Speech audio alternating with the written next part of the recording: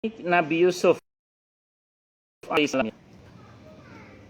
Tadi mengenai Nabi Yusuf alaihissalam. Nabi Yusuf tadi berdoa apa? Tawaffani, ayat 101 ya. Surah Yusuf ayat 101, Allah berfirman, Tawaffani muslimau wa alhiqni bisalihin.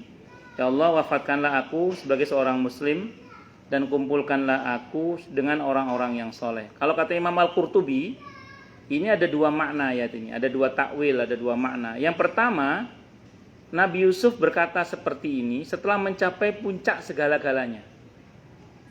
Mau ngapain lagi? Ya nggak ada lagi selain dari yang diharapkan selain dari perjumpaan dengan Allah. Jadi beliau berdoa minta mati itu karena rindu kepada Allah. Kenapa? Karena beliau sudah mencapai segala-galanya. Beliau secara spiritual sudah mencapai puncak spiritual yang sangat tinggi sebagai seorang nabi dan rasul. Betul ya?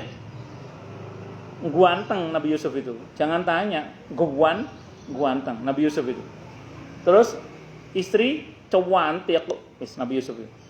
Nabi dan Rasul guanteng bojo awayu. Nabi Yusuf. Karena kenapa kok bisa cantik ya? Karena Nabi Yusuf itu tampannya ngelunturi. Nulari kok ngelunturi, nulari. Jadi kalau ada orang jelek kumpul sama Nabi Yusuf itu ketularan ganteng. Nah, coba.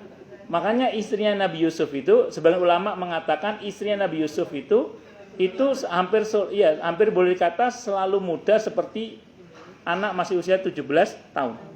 Itu Nabi Yusuf, karena Nabi Yusuf kan gantengnya pol-polan, gantengnya nulari. Jadi sing wedok ini ketularan ayu terus. Nah, coba. Sogeh Nabi Yusuf itu. Ketika negeri-negeri mengalami paceklik yang luar biasa, yang bantu kan Mesir. Ya, sampai saudaranya nyari gandum ke Mesir kan. Saat itu menteri pangannya, menteri pertanian apa? Iya benar. Ya, pertanian itu Nabi Yusuf saat itu. Dan akhirnya jadi raja. Nabi Yusuf itu awalnya menteri, akhirnya jadi raja di Mesir beliau. Nabi Yusuf itu. Coba spiritualnya Nabi dan Rasul, wis dono tandingannya kan, top ini. Guanteng, bojo wayu, sogeh, raja wisan. Ya gimana? Saudara akhirnya akur semua kan? Saudaranya akhirnya akur semua. Bapaknya Nabi dan Rasul. Mau ngapain lagi? Semua sudah tercapai. Kata Nabi Yusuf, tidak ada lagi selain dari kerinduan berjumpa dengan Allah. Jadi Nabi Yusuf minta wafat itu setelah semuanya tercapai. Mau ngapain lagi di dunia? Ya sudah, tinggal berjumpa dengan Allah. Maka beliau minta wafat itu. Kenapa? Karena rindu bertemu dengan Allah. Itu mirip Umar bin Abdul Aziz, Bu. Mirip siapa? Umar bin Abdul Aziz. Umar bin Abdul Aziz itu beliau dalam satu sirahnya ya. Kan beliau ini kan anak salah satu tokoh di kota Madinah. Dan beliau sempat menjabat sebagai gubernur di kota Madinah. Umar bin Abdul Aziz ini sempat menjabat sebagai gubernur di kota Madinah. Satu saat beliau ini, ya kalau bahasa sederhananya mau cari istri lah. Nanya di sini istri wanita yang paling cantik siapa? Kalau bahasa kita, kata orang kampung situ ya, yang lebih cantik tidak ada lagi selain putri raja. Ya sudah, saya mau melamar putri raja. Akhirnya beliau melamar putri raja dan Allah kabulkan. Jadi beliau diambil mantu oleh raja pada masa itu, di masa kekhalifahan Daulah Bani Umayyah. Nah, karena beliau mantu raja, gubernur juga, otomatis kan sering berkomunikasi lah dengan raja dan ngerti lah carut-marut kondisi kekhalifahan Daulah Bani Umayyah. Beliau itu mikir gini, ini negara ini nggak akan selesai kalau saya nggak jadi raja. Jadi kalau rasanya negara ini nggak akan selesai kalau saya nggak jadi raja. Tapi beliau tidak melakukan kudeta, enggak murtuan terus di racun, enggak. Beliau itu mendekat sama Allah aja, minta sama Allah agar ya beliau menjadi raja, karena kayaknya kondisi negara ini nggak akan selesai kalau beliau nggak jadi raja. Nah, kalau menurut teori Bu, di sebuah kerajaan menantu itu nggak mungkin bisa jadi raja, apalagi kalau rajanya itu punya putra mahkota. Saat itu putra mahkotanya ada dua saat itu. Putra mahkota raja itu ada dua saat itu. Makanya istrinya Umar bin Abdul Aziz itu luar biasa. Putri raja, bapaknya raja, suaminya raja, dua kakaknya itu raja semua. Itu istrinya Umar bin Abdul Aziz. Maka ketika itu tidak mungkin Umar bin Abdul Aziz jadi raja, itu tidak mungkin. Tapi karena beliau dekat dengan Allah, akhirnya dengan izin Allah digerakkan itu. Hati si raja itu sebelum wafat ngomong kepada juru tulisnya, saya wasiatkan sepeninggal saya nanti yang menggantikan saya sebagai raja adalah menantu saya, Umar bin Abdul Aziz. Itu satu hal yang nggak mungkin itu. Dalam teori kerajaan tidak mungkin, apalagi sudah ada 2 putra mahkota. Tapi kalau Allah berkehendak, nggak ada yang nggak mungkin. Akhirnya singkat kata singkat cerita, beliau jadi raja. Dalam waktu 29 bulan, persoalan Daulah Bani Umayyah selesai. Dalam hanya waktu berapa? 29 bulan. Nah, saat itulah ketika beliau sudah mencapai seluruhnya itu, ya wis tahu jadi gubernur, ya wis ngerabi anak rojo, jadi rojo pisan. Nah, akhirnya beliau berkata apa? Sudah tidak ada lagi yang ku rindukan selain dari berjumpa dengan Allah. Jadi setelah pencapaiannya maksimal, nggak ada lagi yang beliau inginkan selain berjumpa dengan Allah. Dan Allah kabulkan, tak lama beliau akhirnya meninggal dunia. Itu seperti itu. Nah, Nabi Yusuf ini, kata Imam Al-Qurtubi, ada ulama yang berkata seperti itu. Jadi kondisi beliau sudah mentok maksimal di dunia. Kurang apa bu? Nabi dan Rasul, sugih pisan, raja pisan, bojone wayu, terus dulur rukun kabeh. Bapaknya Nabi dan Rasul. Mau ngapain lagi? Sudah selesai semua kan? Ya, yang tersisa adalah keinginan untuk berjumpa dengan siapa? Allah Subhanahu wa ta'ala. Itu Nabi Yusuf. Nah, tapi makna yang kedua ada yang mengatakan begini, enggak, ini Nabi Yusuf bukan pengen mati, bukan.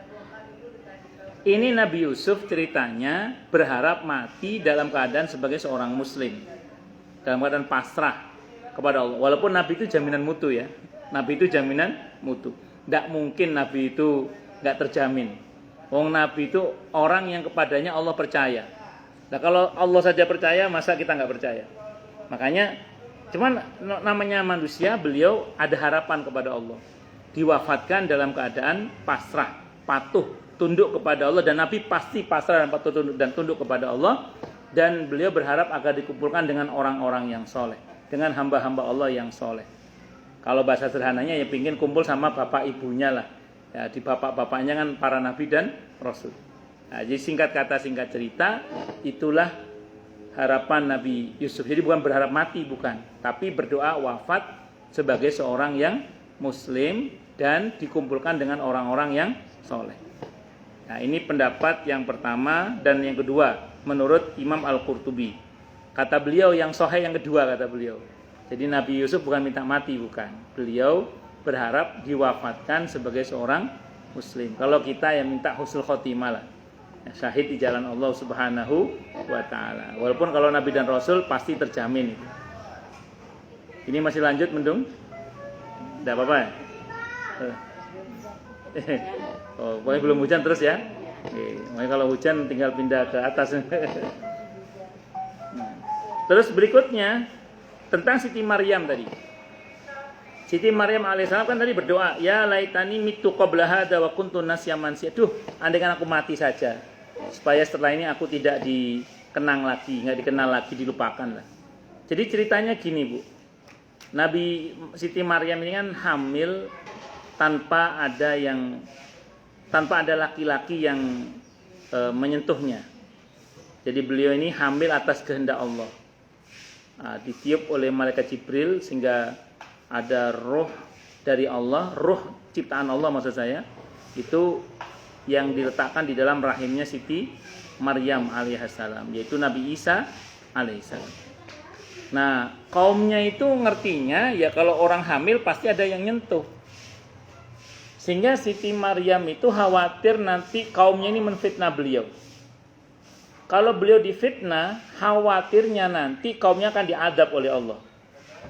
Kenapa? Karena Siti Maryam ini gelarnya Siddiqah. Siddiqah itu gelar satu tingkat di bawah Nabi. Bahkan ada yang mengatakan beliau itu Nabi wanita, walaupun ulama berbeda pendapat. Tapi yang sepakat Siddiqah. Siddiqah itu gelar satu tingkat di bawah Nabi. Kayak Abu Bakar As-Siddiq itu gelar satu tingkat di bawah Nabi itu. Nah ini kalau sampai beliau difitnah oleh orang-orang itu telah berbuat yang enggak baik, takutnya kaum itu akan diadab oleh Allah. Maka Siti Maryam daripada mereka menfitnah saya, mending saya mati sajalah. mending saya mati saja. Nah, ada pendapat lagi yang mengatakan beliau takut dirinya yang nggak kuat. Karena fitnahnya begitu dahsyat, takutnya beliau nggak kuat. Kembangannya loro hati macam-macam, daripada nggak kuat mending saya mati sajalah, kira-kira gitu. Nah, saat itu Siti Maryam dalam kondisi berada di kebun kurma. Bukan kebun cemara, kebun kurma. Ya, jadi saya nggak tahu siapa yang ganti kebun kurma jadi kebun cemara itu. Kalau cemoro mangan opo ya. Nah, kalau kurma kan makan kurma, lah cemoro ngerokoti. Oh. Nah, beliau itu di kebun kurma, bukan di kandang kambing. Jadi bukan di kandang kambing tapi di kebun kurma. Nah, saya cuma cerita saja, ini versi Islam. Soal versi 11 saya tidak tahu. Ini versi Islam. Jadi Siti Maryam berada di kebun kurma, bukan di kandang kambing. Kebun kurma bukan kebun cemara. Nah, beliau itu yang terpikir oleh beliau dari ketakutan tadi itu. Saat itu nggak terpikir oleh beliau bagaimana pertolongan Allah yang di luar dugaan beliau. Anda tahu bagaimana pertolongan Allah untuk beliau? Yang pertama, beliau saat melahirkan kan otomatis haus dan lapar. Kalau habis melahirkan kan haus dan lapar. Maka Allah kasih solusi, goyang pohon kurma itu, rontok rutop yang masih kemengkel itu, yang masih muda. Terus kemudian otomatis haus, suruh menghentakkan kakinya di tanah, keluar air. Bukan keluar salju, keluar air. Jadi Siti Maryam gak ngerokoti salju, enggak. Jadi beliau itu keluar air. Wis, singkat kata singkat cerita, beliau itu setelah itu disuruh oleh Allah menemui kaumnya dengan solusi apa coba? Nabi Isa yang bicara. Itu solusi yang Allah berikan di luar dugaan Siti Maryam. Yang mau tidak mau kaumnya harus percaya bahwa Siti Maryam ini benar. Siti Maryam ini bukanlah seorang wanita yang kotor, dan beliau adalah wanita yang suci, dan putranya seorang nabi yang diangkat oleh Allah sejak dari kecil. Itu Siti Maryam. Nah, solusi dari Allah seperti ini oleh Siti Maryam nggak kepikir. Beliau normal saja, umumnya orang lah, namanya panik kan, yes, daripada mending saya mati aja lah. Itu seperti itu. Tapi ternyata Allah kasih solusi yang sangat luar biasa, sehingga akhirnya orang mau tidak mau ya percaya sama Siti Maryam alaihissalam dan terjaga kehormatan beliau, dan harus mengakui tentang kerasulan Nabi Isa alaihissalam yang sejak kecil sudah bisa bicara dengan izin Allah Subhanahu wa ta'ala. Itu ya. Jadi bukan berarti Siti Maryam putus asa, bukan. Tapi ya. Isa itu diambil sama Allah, itu umur berapa? Diangkat ke langit maksudnya. Konon beliau ini masih muda ya, karena belum sempat menikah katanya beliau itu.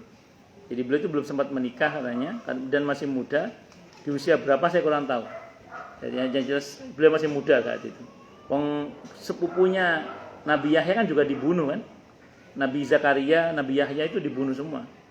Mati semua itu. Itu kan pamannya sama sepupunya Nabi Isa. Nabi Isa itu termasuk yang mau dibunuh juga kan. Cuman Allah selamatkan, Allah angkat ke langit. Dalam hadis Sahih Muslim nanti beliau akan turun kembali untuk membunuh Dajjal dan mematahkan salib-salib, itu diantaranya. Wallahu a'lam bishawab. Kalau usia saya kurang tahu usianya saya. Apa? Pokoknya beliau masih muda, belum sempat nikah kok itu beliau. Belum sempat nikah. Ada yang mengatakan sudah menikah tapi wallahu a'lam. Kalau yang saya tahu sih belum menikah, yang saya baca ya. Nah, selebihnya wallahu a'lam bishawab. Tuh. Ya karena masih muda itu. Allahu akbar. Karena beliau itu termasuk nabi dan rasul yang diangkat oleh Allah sejak kecil. Kalau Nabi Muhammad sallallahu alaihi wasallam kan dan yang 40, dan beberapa nabi yang lain kayak Nabi Musa kan lari dulu kematian baru diangkat jadi nabi dan rasul. Artinya udah gede semua. Jadi nabi dan rasul itu ya macam-macam. Itu seperti itu. Allah. Kenapa? Oh enggak. Jadi Rabbi qad ataina. Jadi ini diantaranya ya tentang Siti Maryam alaihissalam. Terus kemudian ada sebuah hadis an Abi Hurairah an Malik dari Malik an Abi Zanad dari Abi Zanad an Al-A'raj dari Al-A'raj an Abi Hurairah radhiyallahu anhu dari Abi Hurairah radhiyallahu anhu. Qala beliau berkata la taqumu sa'atu, tidaklah tegak kiamat itu hatta yamur rajul, hingga ada seorang yang lewat di qabri rajul, di kubur orang yang lainnya. Fayaqul, dan dia berkata ya laitani makanah, andaikan aku saja yang berada di posisinya. Jadi nanti ini hadisnya muttafaqun oleh Bukhari Muslim. Kalau sampai ada dengar kabar orang mati terus kita berpikir andaikan aku saja yang mati, kalau sudah ada orang yang ngomong kayak gitu, itu tanda-tanda kiamat sudah dekat. Nah, kata para ulama, ucapan itu muncul karena saking merasa khawatirnya agama ini terancam. Jadi bukan karena perkara jasmani atau masalah harta, yang notabene kalau itu terjadi justru akan mengurangi dosa-dosa kita dan mengangkat derajat kita. Tapi lebih kepada karena masalah agama takut terancam. Nah, tapi begini Bu ya, saya mohon maaf. Kan memang tantangan akhir zaman semakin ke belakang, itu bukan satu hal yang mudah. Saya yakin ya, sebagian kita mungkin khawatir tentang anak-anak kita, betul ya? Ya, itu tolong kekhawatiran kita jangan biarkan larut hanya sebagai kekhawatiran, tapi segera susul dengan harapan-harapan yang baik, terutama tentang anak cucu kita. Formulasi doanya itu sebenarnya diantaranya ada dalam Al-Quran, diantaranya ya, itu di samping Rabbana hab lana min azwajina wa dzurriyyatina qurrata a'yun waj'alna lil muttaqina imama. Samping itu ada lagi doa itu yang di surah Al-Ahqaf itu Bu. Al-Ahqaf kalau kita udah masuk usia 40 tahun, ada sebuah doa yang Allah ajarkan di ayat 15 itu. Agak masuk sedikit ya ayatnya itu. Rabbi auzi'ni an ashkura ni'mataka allati an'amta 'alayya wa 'ala walidayya wa a'mal shalihan tardah wa aslih li fi dzurriyyati. Inni tubtu ilaika wa inni minal muslimin. Itu ada kata-kata wa aslih li fi dzurriyyati. Ya Allah, perbaikilah untukku keturunan-keturunanku. Ya, itu Al-Ahqaf surah ke-46 ayat 15. Itu bukan apa-apa, Bu. Lebih kepada karena memang kita ingin agar anak cucu kita ke depannya itu semakin menjadi lebih baik. Saya sedikit cerita saja. Mungkin pernah saya ceritakan, kalau bosan ya bilang cut, nanti saya cerita yang lain. Jadi saya itu punya jamaah kajian di Grand Prima Bintara. Suatu saat beliau cerita sama saya, Ustadz, saya punya anak 2, kata beliau. Untuk anak perempuan saya ada kekhawatiran Ustadz. Kalau nanti ke depannya bagaimana. Akhirnya saya berdoa kepada Allah agar anak saya diberi oleh Allah yang terbaik. Begitu saya berdoa pada Allah agar anak saya diberi yang terbaik, ternyata anak saya meninggal dunia Ustadz. Ini gimana ya Ustadz ya katanya. Saya balik nanya ke beliau, Ibu tadi gimana doanya? Ya karena ada saya kekhawatiran tentang anak nanti ke depannya bagaimana, saya minta kepada Allah yang terbaik buat anak saya. Terus anak saya meninggal dunia, ya sudah. Mungkin itu yang terbaik buat anak ibu, karena ibu mintanya seperti itu. Tapi kan Ustadz, tapi kan apa? Saya kan pengen anak saya jadi anak yang solihah, yang bla bla bla. Kenapa nggak diminta kepada Allah itu? Saya bilang. Makanya ini Bu catat baik-baik ya. Saya secara pribadi belum pernah Bu baca satupun hadis yang Nabi itu kalau berdoa, ya Allah hamba minta yang terbaik darimu, terus titik. Belum pernah saya. Yang ada adalah Nabi tetap minta kebaikannya, tapi Nabi selalu menunjukkan harapannya. Coba lihat semua doa Nabi Ibu lihat. Itu selalu mengandung harapan-harapan. Jadi, ya Allah hamba mohon yang terbaik darimu, terus titik. Itu kok saya belum pernah baca redaksinya. Yang ada adalah Nabi minta tetap kebaikan dari Allah, akan tetapi beliau selalu menyertakan harapan. Jadi kalau tentang anak, jangan cuma ya Allah hamba mohon yang terbaik buat anak hamba. Tapi harapan ibu apa? Sampaikan juga kepada Allah. Di samping minta yang terbaik dari Allah, harapannya sampaikan.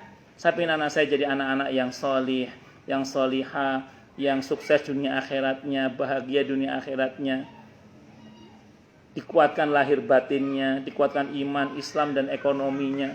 Dan itu mohon sama Allah itu begitu. Bisa dimengerti ya? Jadi jangan cuman mohon yang terbaik terus titik ngoten loh. Nah, itu makanya saya ulang tadi terkait dengan kedepannya bagaimana ini ya sudah kita tidak tahu ya. Karena Nabi mengisyaratkan adanya seperti potongan-potongan gelapnya malam. Orang kalau nggak hati-hati pagi kafir, sore beriman, sore kafir. Sore beriman, pagi kafir. Iman itu bisa keluar masuk, naudzubillah min syarri dzalik. Nah, saya ulang sekali lagi ya, perkuat doa terutama untuk anak-anak kita, diri kita dan anak-anak kita. Wallahu a'lam bishawab. Baik, silakan Bu yang mau tanya, protes, marah boleh silakan. Masalah yang lain boleh, monggo kalau ada. Ini hampir 1 jam saya bicara. Takutnya ibu deg-degan hujan nih. Monggo silakan kalau ada yang mau tanya monggo. Kalau ada. Kalau nggak ada ya Monggo, ada, monggo kalau ada.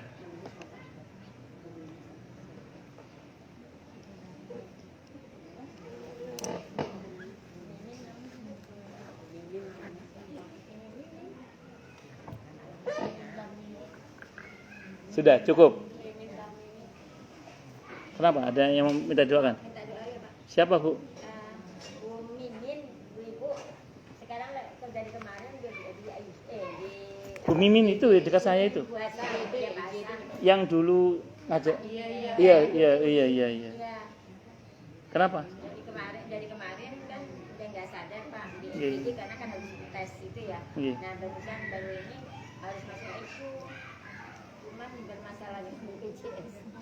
Mimin dan Bang ini. Kita bacakan suratul Fatihah. Kan pada saat kita mengucap wa iyyaka nasta'in, Allah bilang wali abdi masa'ala, bagi hambaku terserah meminta apa saja. Kita mohon pada Allah Subhanahu wa taala, ini mumpung insyaallah tempat yang mustajabah karena ini majelis ta'lim ya. Kita ruqyah dengan suratul Fatihah. Dalam hadis Bukhari para sahabat pernah meruqyah orang yang kena sangat kalajengking dengan suratul Fatihah. Kita doakan untuk Ibu Mimin dengan Mimin Tarmini dan siapapun di antara kita yang sakit atau keluarga kita yang sakit, semoga Allah angkat penyakitnya, siha wal afiat kembali, panjang umur yang mubarakah. Masing-masing kita Al-Fatihah.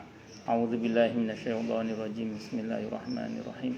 Alhamdulillahirabbil alamin, arrahmanirrahim, maliki yaumiddin. Iyyaka na'budu wa iyyaka nasta'in. Wa iyyaka nasta'in. Wa iyyaka nasta'in. Wa iyyaka nasta'in. Wa iyyaka nasta'in. Wa iyyaka nasta'in. Wa iyyaka nasta'in. Wa iyyaka nasta'in. Wa iyyaka nasta'in. Wa iyyaka nasta'in. Wa iyyaka nasta'in. Ihdinas siratal mustaqim. Siratal ladzina an'amta 'alaihim ghairil maghdubi 'alaihim waladdallin. Amin. Baik, terima kasih. Ada lagi? Cukup nggih? Sudah deg-degan ya. Kita tutup dengan hamdalah. Alhamdulillahirabbil